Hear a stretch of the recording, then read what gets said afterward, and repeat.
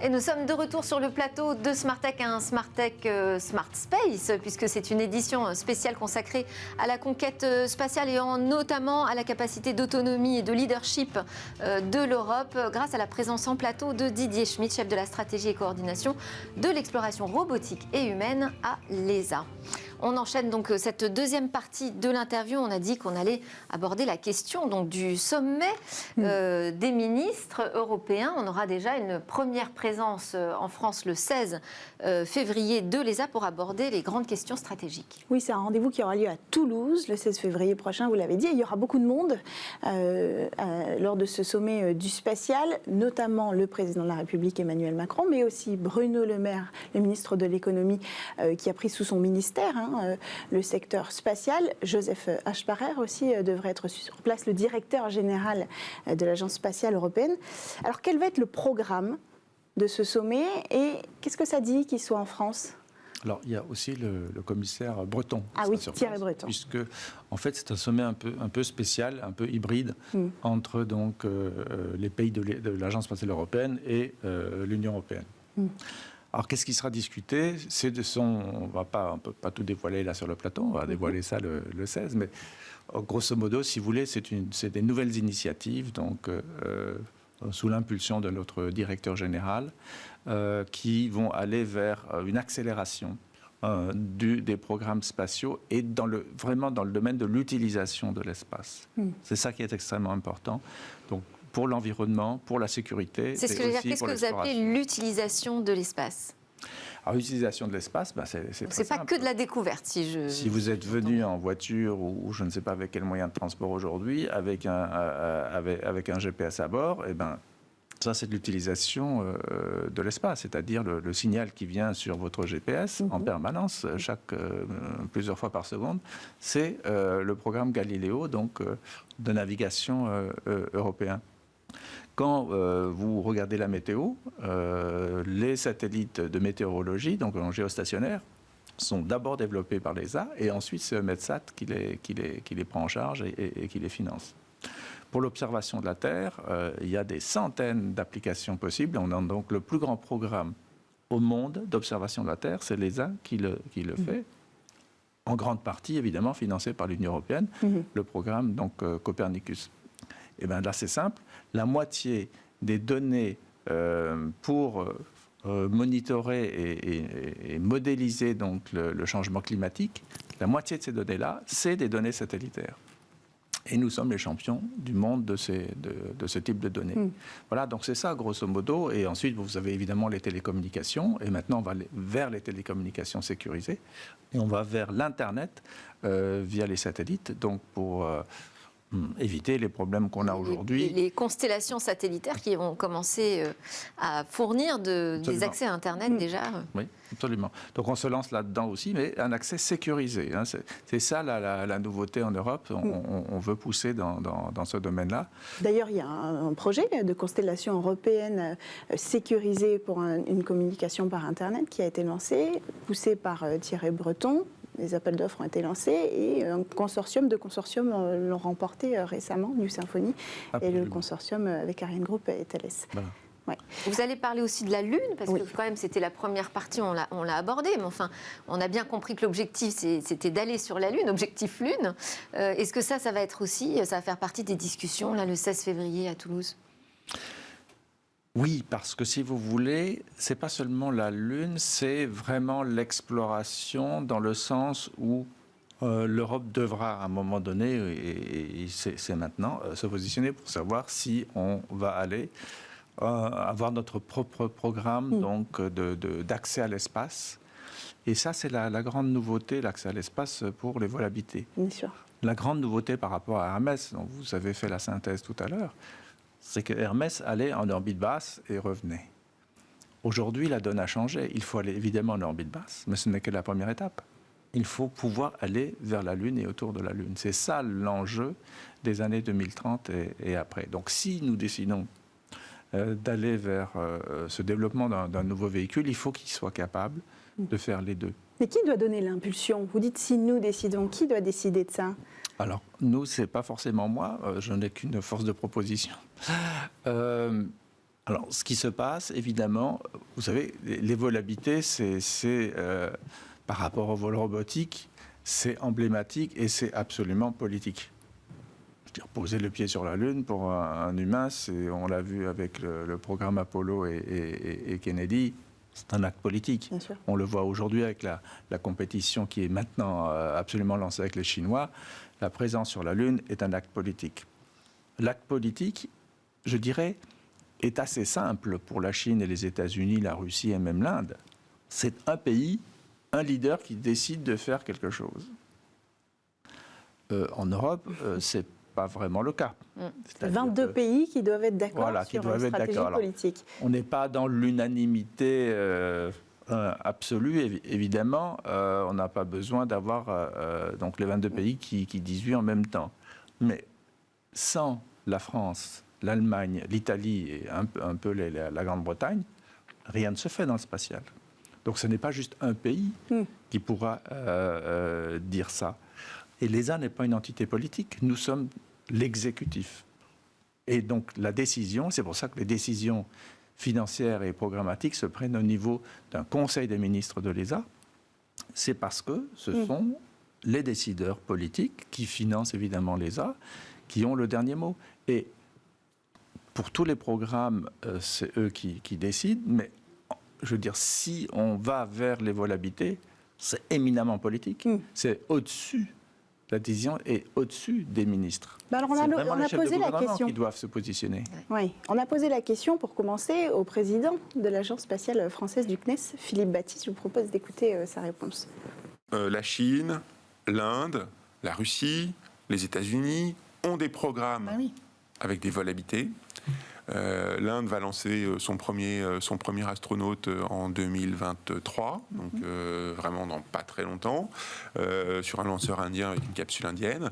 Donc tout ça est quand même, voilà, on ne peut pas ne pas voir ça. Moi, qu'est-ce qu'on fait alors ? Je pense qu'il faut qu'on y réfléchisse. C'est le bon moment. C'est le bon moment. Il y a une conférence ministérielle de l'ESA qui va arriver dans dans un an. Dans un an tout pile. Dans un an, exactement. C'est le moment de la présidence française de l'Union européenne. Je pense que c'est un moment où il faut qu'il y ait une ambition collective qui se dégage. Mais c'est une ambition politique avant tout. C'est-à-dire faire du vol habité. Moi, je veux être très clair et très franc. On ne fait pas du vol habité uniquement pour des raisons scientifiques. Si on fait du vol habité, effectivement, oui, ça aura un impact sur notre science ou sur notre technologie. On va apprendre des choses, etc. Mais par rapport au coût dont on est en train de parler, le vrai sujet n'est pas là. Le vrai sujet, c'est pas tellement la science ou la technologie. Le vrai sujet, c'est une question de désir européen, de désir collectif, de se projeter, de découvrir, d'explorer. C'est une question d'ambition. Exactement, c'est une question d'ambition. Et l'ambition a l'air d'être assez française pour l'instant. Est-ce qu'au sommet du spatial le 16, ce sera le sujet phare ? Alors, c'est pas forcément. Ce sera sur la table. Ça, c'est clair. Est-ce que ce sera le sujet phare ? Peut-être. Nous verrons les déclarations, donc entre autres du président français. Mais j'espère effectivement que les consultations vont bien se passer. Parce que les consultations, encore une fois, ce n'est pas une initiative française qui va faire la différence. Au contraire, si la France se positionnait toute seule, généralement ce qui se passe, c'est que les autres pays mettent le frein à main. Donc il faut que ce genre de décision se fasse dans un consensus avec les pays majoritaires.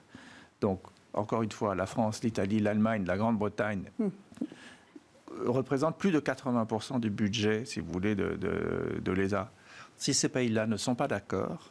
C'était le problème avec le projet Hermès. C'était le problème de la répartition des financements. Un des problèmes, effectivement. Donc, imaginons qu'ils soient d'accord.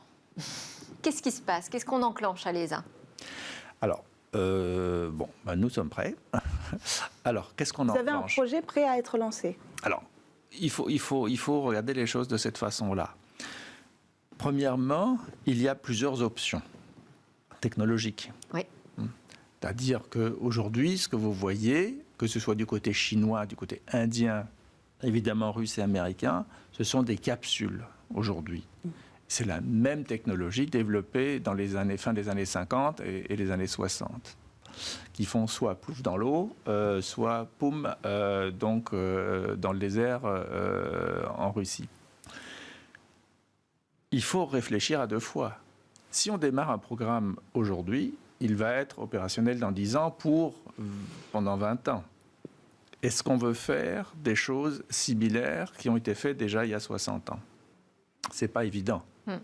C'est comme si vous disiez, aujourd'hui, tiens, je vais développer un moteur diesel, et après on se dit, oui, mais dans 10 ans, il y aura plus les autres feront que de l'électrique. Donc c'est un peu ça le problème. Donc il faut bien réfléchir pour ne pas simplement copier des choses que les autres font. On est parfaitement capable de faire une capsule récupérable. On l'a déjà fait, le programme ARD, il y a 20 ans. On a combien d'options sur la table? Alors, il y a plusieurs options, si vous voulez. Ça, c'est vraiment aussi aux industriels de répondre. Oui. Vous avez évidemment une capsule de type comme SpaceX, Dragon Crew ou le Soyuz. Vous avez des véhicules de type LA éventuellement. Et la grande différence, c'est qu'avec les uns, vous savez où vous atterrissez, sur un aérodrome, et avec l'autre, vous atterrissez soit dans l'eau, soit sur...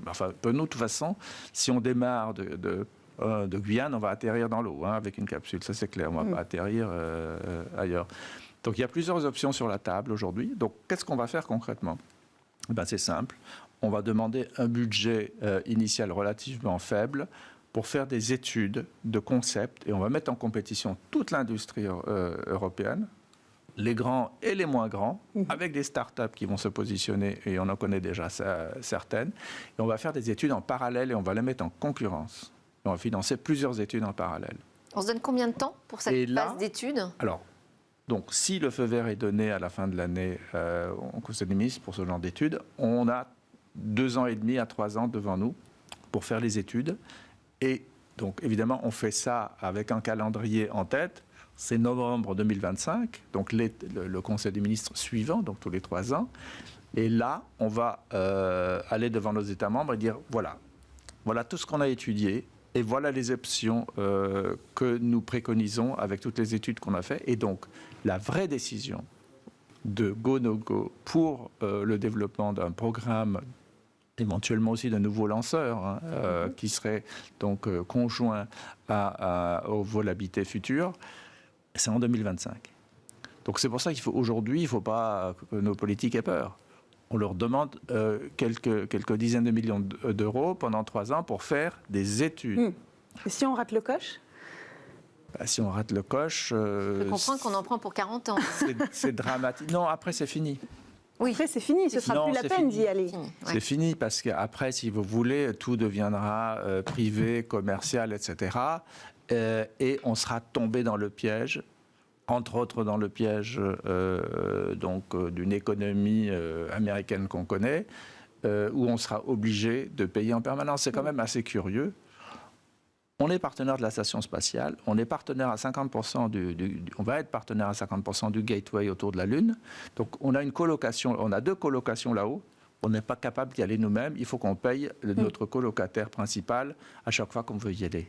C'est un peu curieux. Et si on ne prend pas la décision, c'est comme Hermès, c'est pendant des décennies. C'est les générations futures qui vont se poser la question et qui vont nous dire mais qu'est-ce qu'ils ont fait en 2022? C'est-à-dire ça nous met totalement hors jeu. Voilà. Si on rate le coche là cette année. Et il faut rappeler que quand on a lancé l'année dernière donc les candidatures pour les nouveaux astronautes européens, on a eu 22 500 candidatures. Des candidatures sérieuses, il fallait quand même être à la hauteur pour faire le dossier. C'est 3 fois plus qu'en 2009. Donc la jeune génération, elle est là, elle a une inspiration. Et donc, ne pas aller dans ce sens-là et pour avoir notre propre système pour aller dans l'espace, ce serait curieux.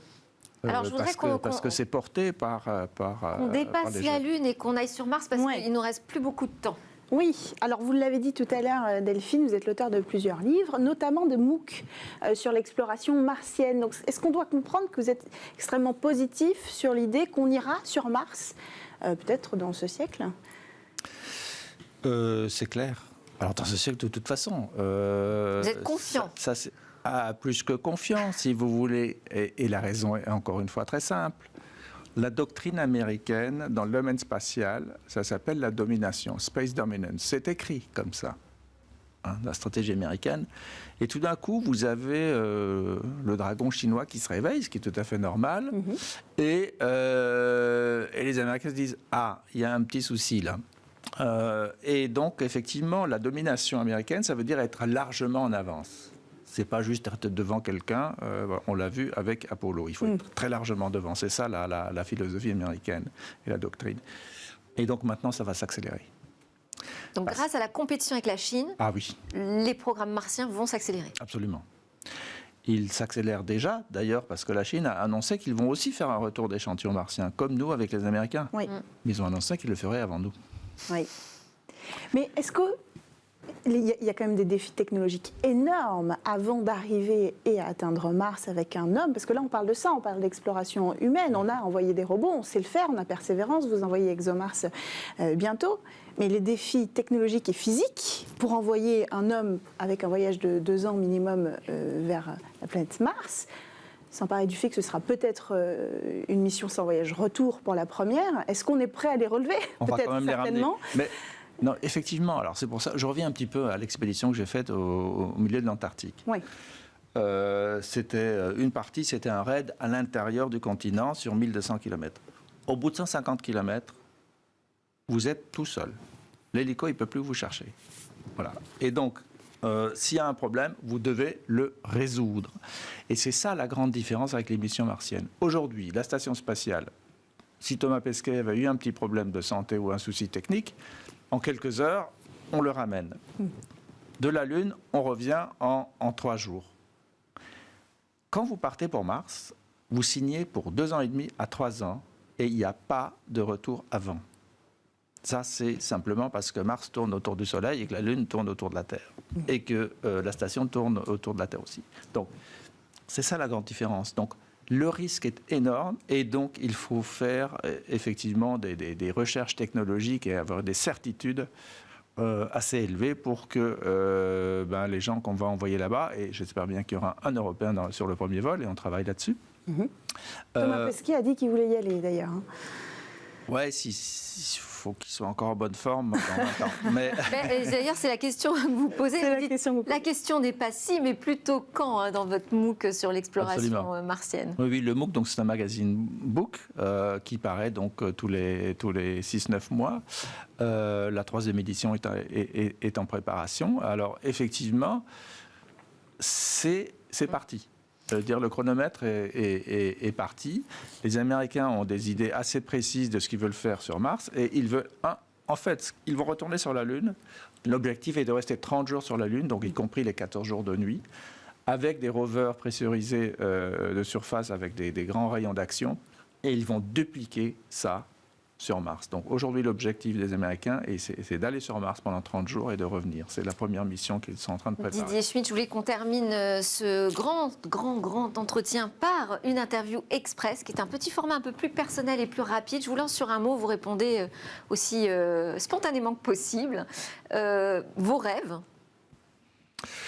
Mes rêves passés, c'était d'aller dans l'espace. Mes rêves actuels, c'est de faire en sorte que les Européens aillent dans l'espace de façon autonome et pas forcément en concurrence, comme on l'a dit tout à l'heure, à la façon américaine et chinoise de grande concurrence. Non, c'est pour être présent, c'est pour représenter l'Europe et les valeurs européennes, pas seulement sur Terre, mais aussi dans les grandes ambitions d'exploration vers Mars. Et vos peurs, Didier Schmitt? Mes peurs, c'est simple, c'est que les politiques ne comprennent pas ce message. Est-ce que vous avez une idée fixe? Est-ce que c'est Mars, votre idée fixe, par exemple? Oui, dans le sens où Mars, c'est vraiment la chose ultime qu'on puisse faire. On n'ira pas sur Vénus et sur Saturne, etc. On ira sur Mars, on ira s'établir sur Mars. Parce que Mars, c'est quoi? C'est un duplicat, entre guillemets, donc de la Terre. C'est une planète sœur de la Terre qui a eu quasiment exactement le même environnement il y a 3,7 milliards d'années. C'est extrêmement intéressant de voir pourquoi Mars a évolué vers un désert froid et si la vie a existé, comment elle a existé. Donc cette planétologie comparée est quand même l'enjeu du siècle. Merci beaucoup. Merci Cécilia Sévry aussi pour cette grande interview spéciale Espace. Merci Didier Schmitt de vous être arrêté ici sur le plateau de Smartech. Je rappelle que vous êtes chef de la stratégie et coordination de l'exploration robotique et humaine à l'ESA. Merci à tous de nous avoir suivis. On vous souhaite à tous un excellent week-end et on se retrouve dès lundi pour de nouvelles discussions sur la tech.